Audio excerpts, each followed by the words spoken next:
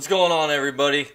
UCF Jaguar here with GenJag.com, and I wanted to first of all welcome you guys to this new video series I'm doing.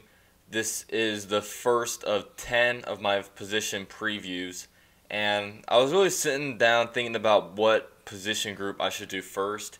And really, the game of football starts in the trenches, and I really think with the Jaguar situation right now, there's really a lot of questions going around involving the offensive line. So I just wanted to go ahead and address my feelings about this going into training camp, and then my feelings about this will obviously affect the situation with our running backs. So enjoy the video.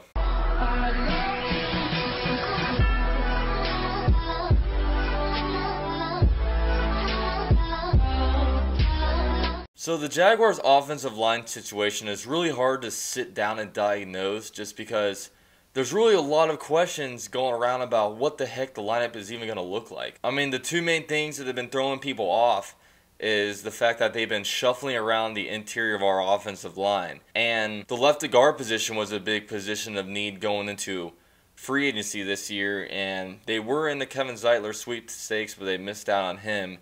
And they really didn't draft a left guard in the draft. So people commonly thought that Cam Robinson was going to be our left guard, but all signs from Doug Marrone and those guys are basically saying that he will be in a competition with Brandon Albert for the left tackle position. Now, a lot of people ask me if I'm comfortable with the Jaguars' offensive line. I think our offensive line could be a pretty decent offensive line this year. But am I comfortable and confident in our offensive line?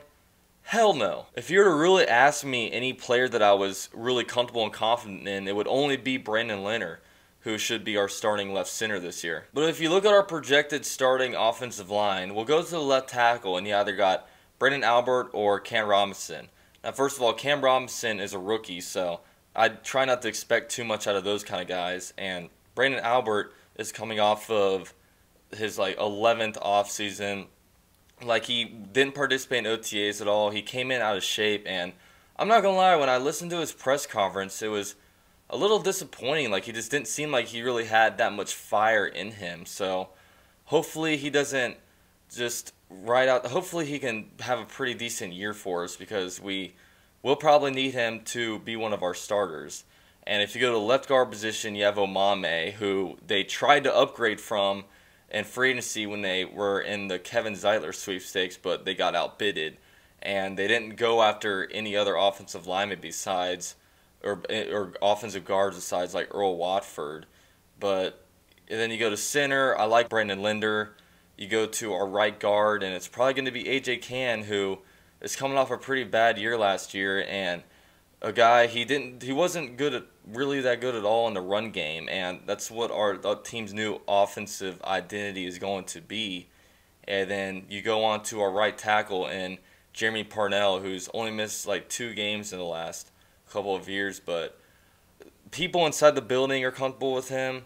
I think he's an average tackle, and he'll be able to solidify the position for the time being, but I definitely am not necessarily that comfortable with him just coming off of the year that he had last year. Now, I don't know if he had that year due to a nagging injury that he had, but I guess we'll see this year. Now, there's a lot of questions as to what is really going to go on with this competition at left tackle between Brandon Albert and Cam Robinson. Now, if you're going to ask me what I would do, I've been saying since the day we drafted Cam Robinson that I would put him at left guard and I would put Brandon Albert at left tackle.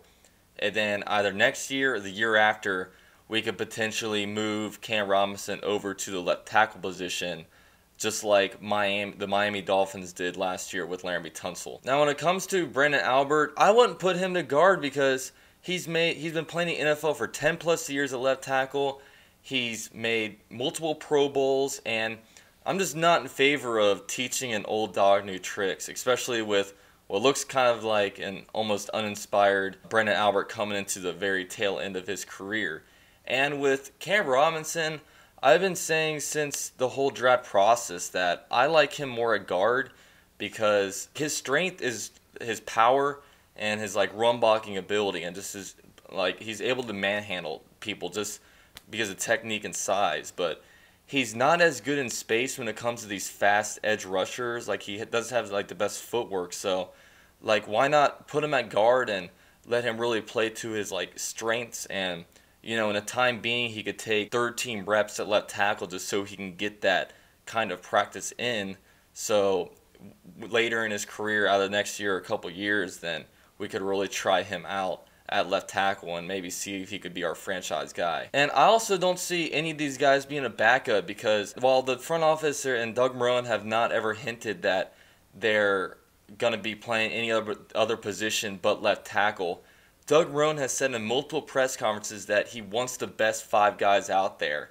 And if you're going to ask me, like, those could be our top 3, top 4 guys right there. And, I think both of those guys are way better options than Omame.